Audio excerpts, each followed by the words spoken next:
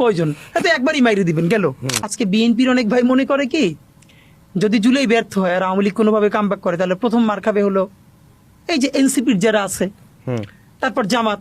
বিএনপিও তো মারটার খাবে না। আপনাকে শুধু একটা কথা বলি, সারা দেশে অবস্থা যদি এরকম খারাপ হয়, সারা দেশে আপনি কয়জন এনসিপি গুনে পাবেন? পাবেন না তো, মারলেন। এরপর আসবে কি জামাত। ভাই জামাত তো আন্ডারগ্রাউন্ডে পলিটিক্স করেই অভ্যস্ত।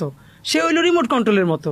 নইলে সে হাসিনার আমলে গত 17 বছর কেমনে পলিটিক্স করছে, তাই না? তার তো প্র্যাকটিস আছে। যেই দেখবে সে রিমোট কন্ট্রোল দেখবে কেউ নাই। এবার বলেন এনসিপিও নাই, জামাতও নাই, আর আমার মতো ওসমান হাদি কয়জন? এত একবারই মাইরে দিবেন গেল। এরপর বলেন তো আওয়ামী লীগের সামনে শত্রু কে? একমাত্র বিএনপি। কারণ বিএনপির আন্ডারগ্রাউন্ড পলিটিক্স করারও প্র্যাকটিস নাই, আর তার লক্ষ লক্ষ মানুষ। আরো ভয়ঙ্কর হইল, বিএনপি যত স্টেপ নিক এটা তো সত্য, তার তৃণমূলে লোকজন চাঁদাবাজি করছে। তো যেই আওয়ামী লীগের কাছ থেকে চাঁদাবাজি করছে তারা লিস্ট করে রাখছে না, রাখছে। তারপরে মাঠটাকেই খাবে। চাঁদাবাজি না।